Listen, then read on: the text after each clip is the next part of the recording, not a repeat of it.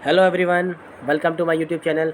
और आज के वीडियो में मैं हाई स्कूल का लाइव प्रोसेस से ब्लड सर्कुलेशन सिस्टम लेके आया हूँ, यानी रुधिर परिवहन तंत्र।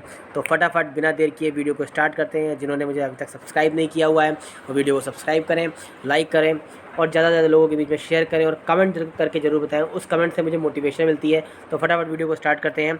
Circulation system, blood circulation system. तो सबसे पहले देख लेते हैं कि कितने टाइप के सर्कुलेटरी सिस्टम होते हैं। तो मोस्टली 3 टाइप के सर्कुलेटरी सिस्टम होते हैं। एक तो आपका वाटर सर्कुलेटरी सिस्टम होता है, एक ब्लड सर्कुलेटरी सिस्टम होता है और दूसरा आपका लिम्फ सर्कुलेटरी सिस्टम होता है। तो आज हम लोग, क्योंकि हमारे सिलेबस में सिर्फ ब्लड सर्कुलेटरी सिस्टम है, इसलिए हम लोग रुधिर परिवहन तंत्र को लेकर आए हुए हैं। तो हम सभी जानते हैं जब कोई तंत्र बनता है तो तंत्र किसी एक ऑर्गन से मिलकर नहीं बनता।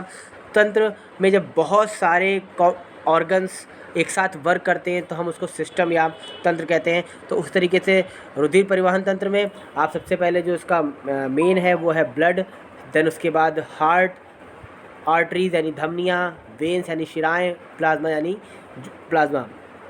तो ये 5 जो कंपोनेंट हैं ये मिलकर हमारा क्या बना रहे हैं, ये बना रहे हैं ब्लड सर्कुलेटरी सिस्टम। अगर हम हार्ट की बात करें तो हार्ट को हमने अपने वीडियो में पहले डिस्कस कर लिया है, आप लोग इसको प्लेलिस्ट में जाकर देख सकते हैं। हार्ट को हमने अच्छी तरीके से डिस्कस किया हुआ है प्लेलिस्ट में, तो आप यहाँ पर प्लेलिस्ट में जाकर इसको देख सकते हैं। फटाफट आज हम लोग स्टार्ट करते हैं रुधिर को। तो रुधिर यानी ब्लड। ब्लड क्या है? ब्लड जो है एक फ्लूइड कनेक्टिव टिश्यू है, यानी एक प्रकार का तरल संयोजी ऊतक है। ऊतक क्यों? क्योंकि ये पूरे बॉडी को आपस में कनेक्ट रखता है। सो it is also called fluid connective tissue. अब क्या होता है, जो ब्लड है वो 2 कंपोनेंट यानी 2 भागों से मिलकर बनता है। एक तो आपका ब्लड सेल्स यानी ब्लड कार्पल्स और दूसरा प्लाज्मा यानी रुधिर कणिकाएँ और प्लाज्मा, इनसे मिलकर बनता है।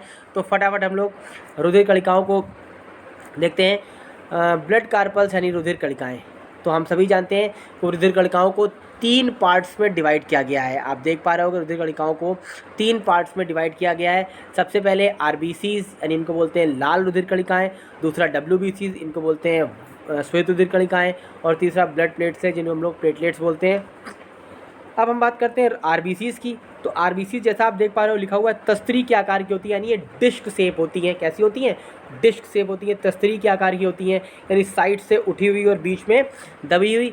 दूसरा, इनमें केंद्रक यानी न्यूक्लियस एब्सेंट होता है। लेकिन याद रखिएगा जब ये मैच्योर होती हैं यानी परिपक्व होती हैं तब इनमें जो आपका न्यूक्लियस यानी केंद्रक है वो एब्सेंट होता है। लेकिन जो न्यूली बॉर्न होती है यानी नई के आरबीसीज होती हैं उनमें केंद्र क्या होता है?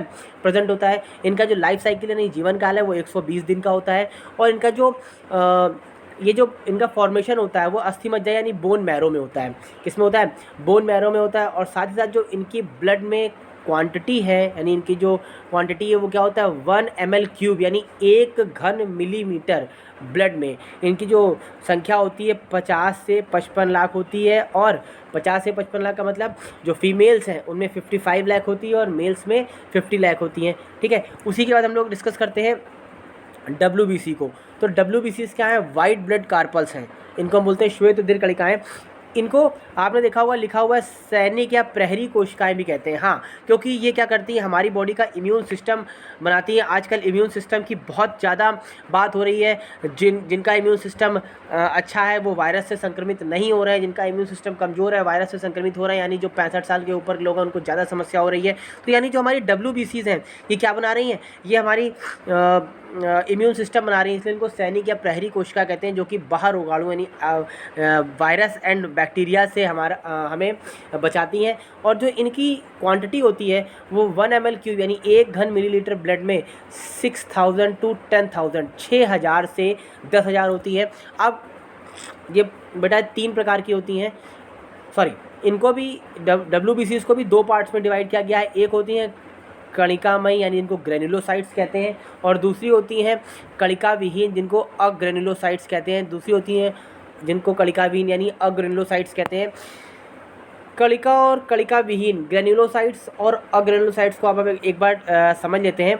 ग्रेन्यूल्स माने होते हैं दाने, कण, और यानी जो ग्रेनुलोसाइट्स होती हैं उनके साइटोप्लाज्म में क्या होता है, छोटे छोटे छोटे छोटे छोटे छोटे छोटे छोटे दाने होते हैं, इस तरह से आप देख पा रहे होगे, ये होते हैं आपके ग्रेनुलोसाइट्स। वीडियो को पूरा देखें तभी आपको इंपॉर्टेंट चीज़ें समझ में आएंगी। बहुत से बच्चे क्या करते हैं, वीडियो को आधा देख के छोड़ देते हैं, तो आप लोगों से रिक्वेस्ट है कि वीडियो पूरा देखा करिए। यानी छोटे छोटे ग्रेन्यूल्स होते हैं, जैसे आप लोगों ने घर पर साबूदाने की खीर बनाई होगी, तो दूध में जब साबूदाना डालते हैं तो दूध हो गया आपका साइटोप्लाज्म और साबूदाने ग्रेन्यूल्स हो गए। उसी तरीके से जो कणिका विहीन का साइटोप्लाज्म होता है, सेम उसी तरीके से होता है। और ये 3 प्रकार की होती हैं। कौन कौन सी? Basophils, eosinophils and neutrophils. Basophils, eosinophils and neutrophils. और इसी के दूसरे में जो कणिका विहीन है, तो इसमें क्या होता है, जो इसका साइटोप्लाज्म होता है, इसके साइटोप्लाज्म में किसी प्रकार का कोई भी ग्रेन्यूल्स नहीं होते, यानी granules are absent in this cytoplasm, so it is also called agranulocytes. और ये 2 प्रकार की होती हैं, lymphocytes and monocytes. Lymphocytes and monocytes. और यही जो लिम्फोसाइट्स हैं हमारा क्या बनाती हैं, लिम्फोसाइट्स हमारा इम्यून सिस्टम बनाती हैं, हमारा प्रतिरक्षा तंत्र बनाती हैं। एड्स वायरस जो है T4 लिम्फोसाइट्स सेल्स को डिस्ट्रॉय कर देता है, जिससे हमारा इम्यून सिस्टम ख़राब हो जाता है और हम लोग बहुत सारी बीमारियों से गिर जाते हैं। सेम इसी तरीके से लास्ट है आपका ब्लड प्लेटलेट्स। ये क्या करती हैं, ये ब्लड क्लॉटिंग में हेल्प करती हैं। क्या करती हैं? ब्लड क्लॉटिंग में हेल्प करती हैं। और जो इनकी क्वांटिटी है वो 2 से 5 लाख 1 ml³ यानी 1 घन मिलीलीटर में 2 से 5 लाख होती है। और इनमें सबसे बड़ी खासियत क्या होती है, इनमें प्रोथ्राम्बिन, कहीं पर लिख लीजिएगा, नोट कर लीजिएगा, प्रोथ्राम्बिन एक प्रोटीन होता है जो कि क्लॉटिंग में हेल्प करता है, वो इसमें प्रेजेंट होता है। तो ये वीडियो आपको कैसा लगा आप हमें कमेंट करके बताएंगे। साथ ही साथ नेक्स्ट वीडियो में हम ब्लड ग्रुप लेकर आएंगे, तो लगातार वीडियो को देखते रहें, सब्सक्राइब करते रहें। धन्यवाद।